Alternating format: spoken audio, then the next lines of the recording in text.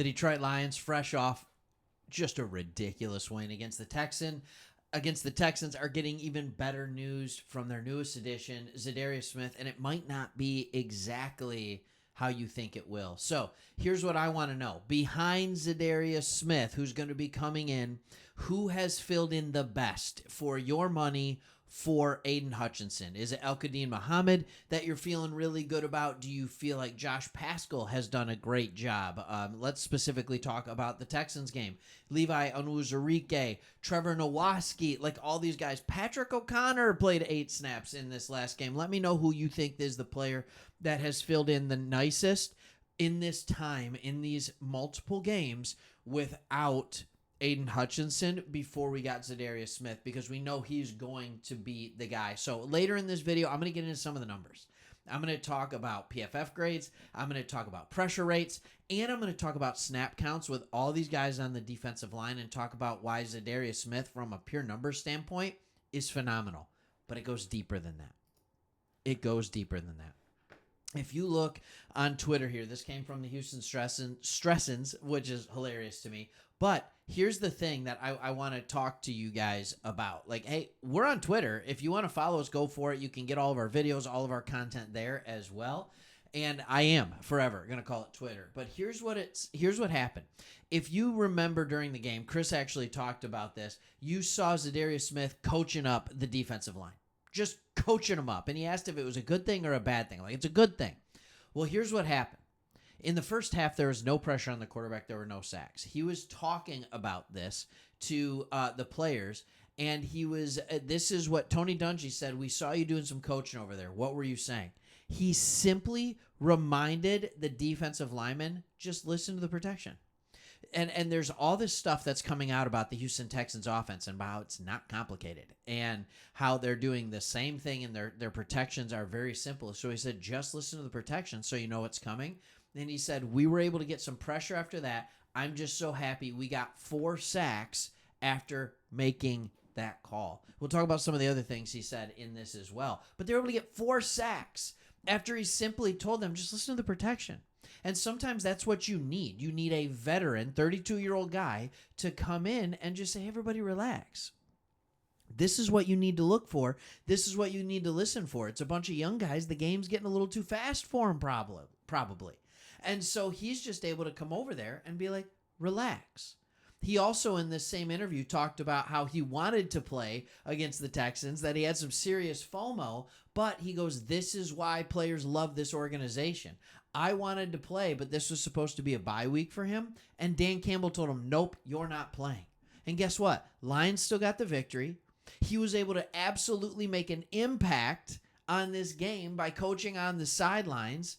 All right, he's already grateful for being a part of this organization. And you know what else he talked about in the interview? He talked about how excited he was to line up alongside Aiden Hutchinson next year. So it's obviously been communicated to him that we fully plan on keeping him around next year. It's going to cost us $5.6 million. That's fantastic. All day for a player with the level of Za'Darius Smith that he has, and for a 4th and 5th. Or a 5th and a 6th. Sorry, a 5th and a 6th. And then you get a 7th back and Smith all day. All day I'm going to do that. So anyways, with all this being said, I want to get into some of the numbers as well of how good and how much he will help. And I'm going to get into them in a couple of different ways. And I'll actually show this to you. Our pass rush grades by PFF. And I promise this isn't going to just be grades. We're going to talk about more. Patrick O'Connor was our leading pass rusher. All right, he only played 8 snaps, 3 of them in the pass rush, so that doesn't count. James Houston was our number 2 pass rush grade. All right, he had 3 total pressures, but he only played 16 total snaps, 8 pass rush. All right, then when you look after that, it's Anzalone, McNeil, and you have to get all the way down to 5 before you find a defensive end. It's Josh Paschal at 60. So that is the floor. Like that's the ceiling right now of what the Lions are playing with.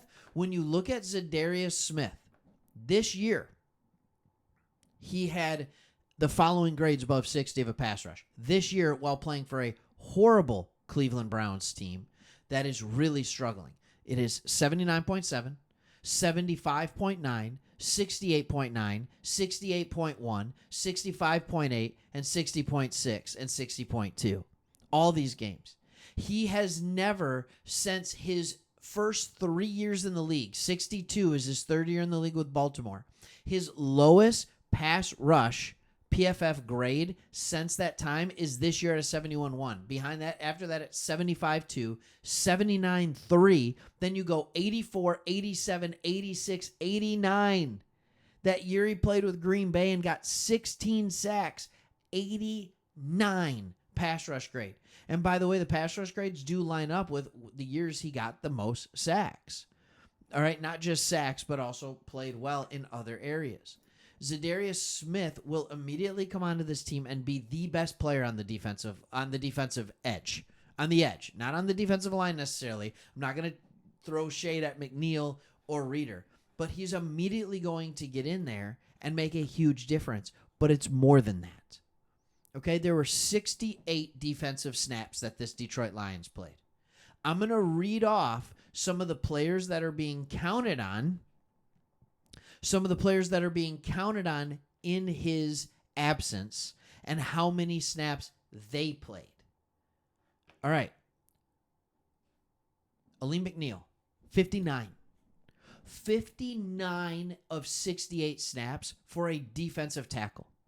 Just a year or two ago, 2 years ago, Aleem McNeil wasn't playing half the snaps. That's too many snaps for a defensive tackle. Josh Paschal doing his best Aiden Hutchinson impersonation was 61 of 68. Levi Onwuzurike, 58 of 68. All right, DJ Reeder at nose tackle, 39. That's more of what you're looking for, right? But then you have the linebackers. Jack Campbell, 68. Alex Anzalone, 68.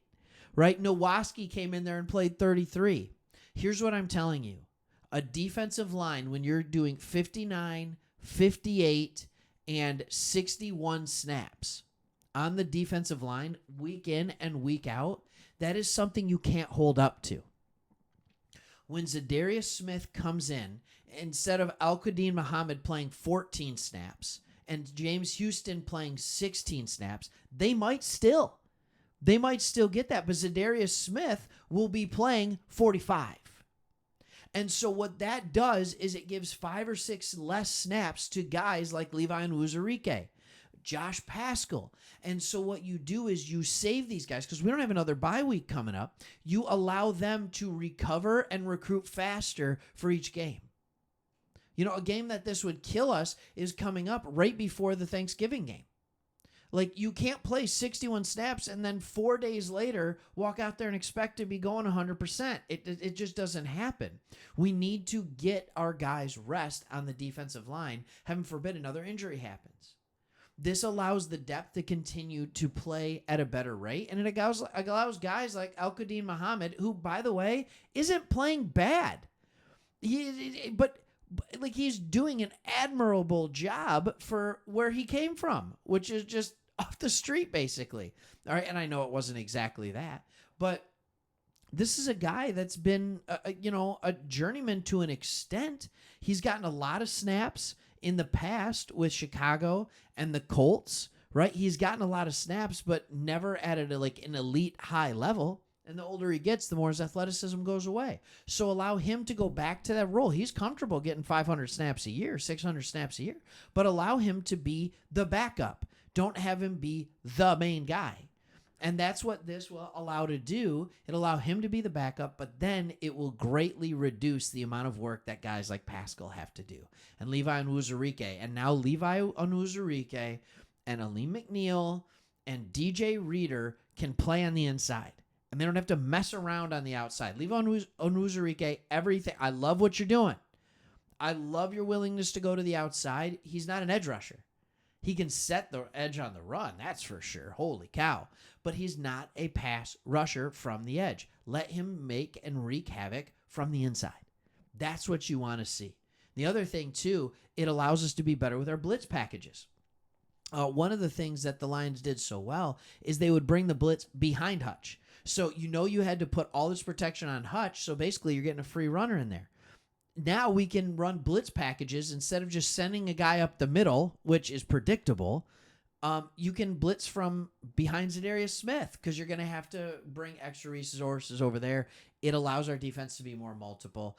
Hey, I'm going to keep talking about stuff like this throughout the week. I'm amazed. I'm absolutely amazed with what our defensive backfield has been able to do when we haven't been getting as much pressure.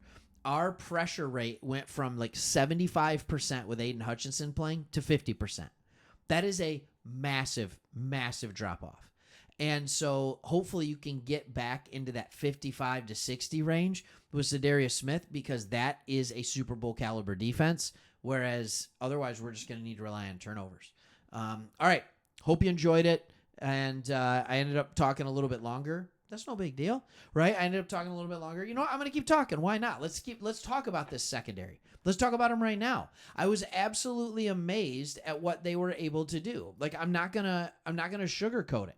Like Brian Branch was absolutely phenomenal in this game. Carlton Davis was a nightmare. He might have been the highest rated PFF corner in the league. 2 interceptions helps with that, but he just played well. Kirby Joseph was good as usual, and I was amazed, consistently amazed at how when we weren't getting pressure, or at least as much pressure, our defensive, like Stroud's getting open throwing lanes, and our defenders are just knocking balls away. It was truly remarkable. Now, I understand, grain of salt, no Nico Collins, no Stephon Diggs, and they just had Tank Dell out there, and John Mechie, and Xavier Hutchinson, and Dalton Schultz, and Joe Mixon, but like at the same time, the Texans have won with that. They've won with that lineup out there last year, this year, so I'm not going to sit here and be like, no, they're no good. They are.